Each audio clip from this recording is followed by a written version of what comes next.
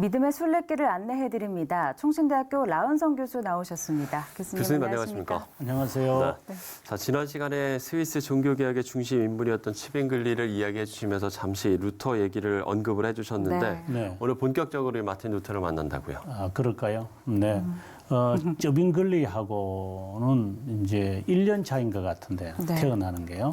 근데 실제로 저빙글리는 2월 1일 날 태어났어요. 1484년. 그리고 이제 마틴 루터는 1483년 11일에 태어났으니까 네. 불과 이제 한 달 반 정도밖에 차이 안 나죠.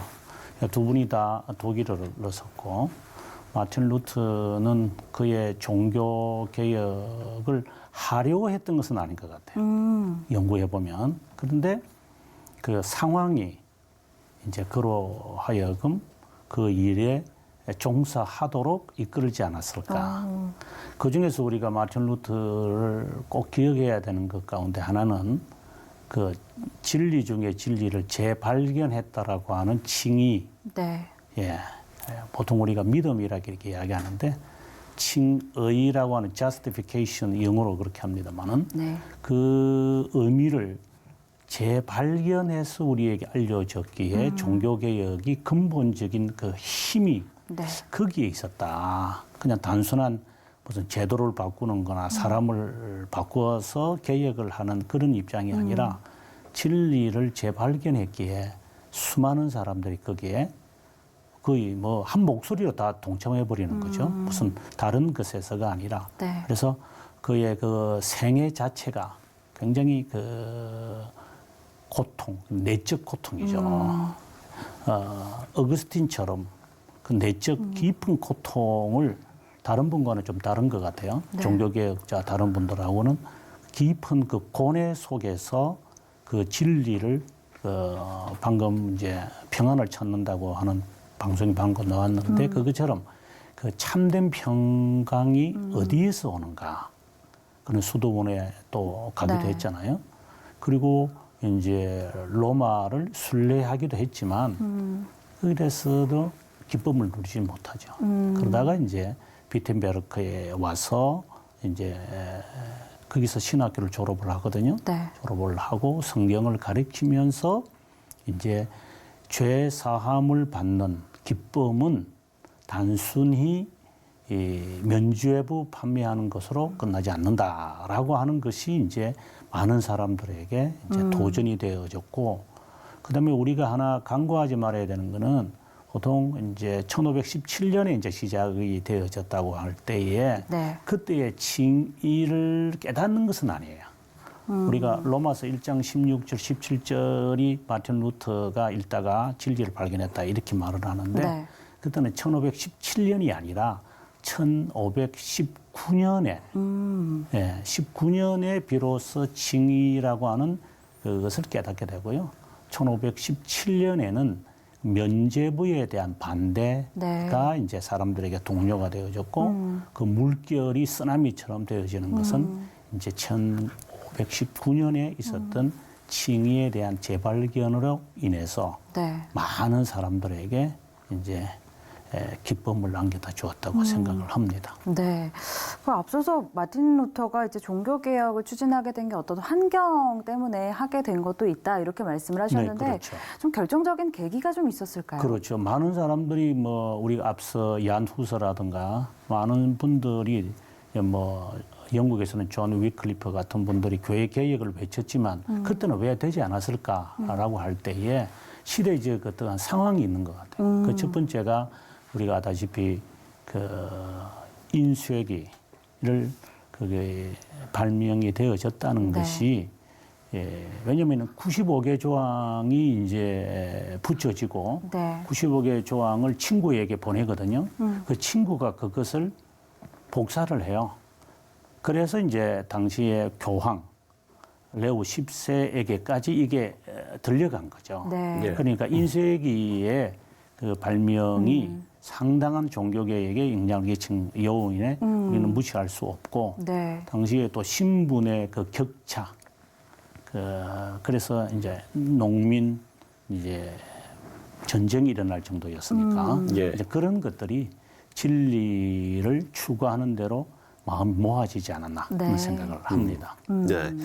또 하나 흥미로운 게 우리가 이제 루터의 초상화로 알고 있는 그림들이 네. 이게 이제 한 명의 화가가 그렸다라고 그럼요. 네, 전해지더라고요. 예, 그 이름이 이제 루카스 크라나흐, 네. 뭐 정확한 발음인지 모르지만 예, 크라나흐 정확한가요? 예.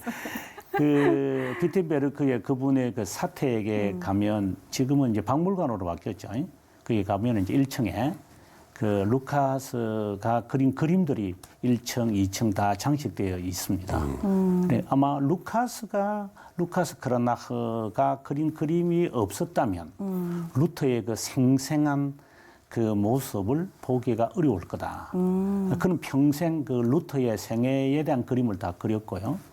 그 다음에 그것만이 아니라 이제 루터를 통하여서 도전을 받아가지고 그 성경에 관한 이야기들을 그림으로 옮겼고 크라나흐의 그 집이 비텐베르크에 그대로 보존되어 있어가지고 16세기에 그 루터란의 이제 독일의 집이 어땠느냐를 좀 볼 수 있을 것 같아요. 예. 그렇군요. 좋습니다. 이런 질문을 또 드려보고 싶은데요. 네. 루터와 좀 칼뱅을 비교해 본다면 네. 이 두 종교 개혁 간에 어떤 좀 차이가 있다고 볼 수 있을까요? 루터는 아주 그 내적 아주 강한 깊은 고뇌 속에서 답을 이제 마치 진주를 찾아내는 것이라면은 칼빈은 좀 인문주의자이죠. 네. 학문을 통하여 답을 찾아가는 이제 그런 차이가 있지 않나. 그런데 또 루트는 개인의 어떠한 그런 강한 것이 있다 보니까 좀 신비주의적인 좀 모습이 좀 있는 것 같고요. 그러나 칼빈은 조금 냉정한 또 측면이 좀 있는 것 같아요. 네. 그러다 보니까 중산 계층 쪽으로 많이 이렇게 도전을 주고 그리고 루터 같은 경우에는 개인의 헌신을 추구하는 사람들에게 도전을 주는 조금의 차이가 있는 것 같아요. 네. 그렇군요. 예. 이렇게 루터와 칼뱅의 개혁의 차이까지 저희가 좀 짚어봤습니다. 네. 루터의 개혁 이후 독일 사회에도 좀 많은 변화들이 있었을 것 같은데요. 예. 어땠습니까? 루터가 종교개혁이 일어났을 때 성공했던 그 가장 큰 요인들이 여러 가지가 있지만 방금 우리가 인수액이라든가 네. 당시에 이제 그 계급 사회였기 때문에 이런 것도 있었지만 또 하나는 그가 귀족들과 함께 종교개혁을 이끌었기 때문에 1555년에 이제 종교의 자유를 얻을 정도였다면 귀족들이 루터란이 되는 것 때문에 사회 개혁이 많이 일어나게 되죠. 자연스럽게 그렇게 되는 거죠. 그래서 영주가 종교를 결정하는 그런 상황이 되어졌으니까 뭐 교육이라든가 예를 들어서 마틴 루터의 그 후계자가 멜랑흐톤이라는 분이 계시는데 네. 그분은 독일 교육의 아버지입니다.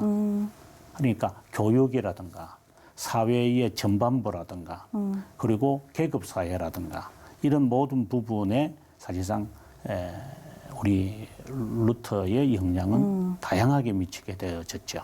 네.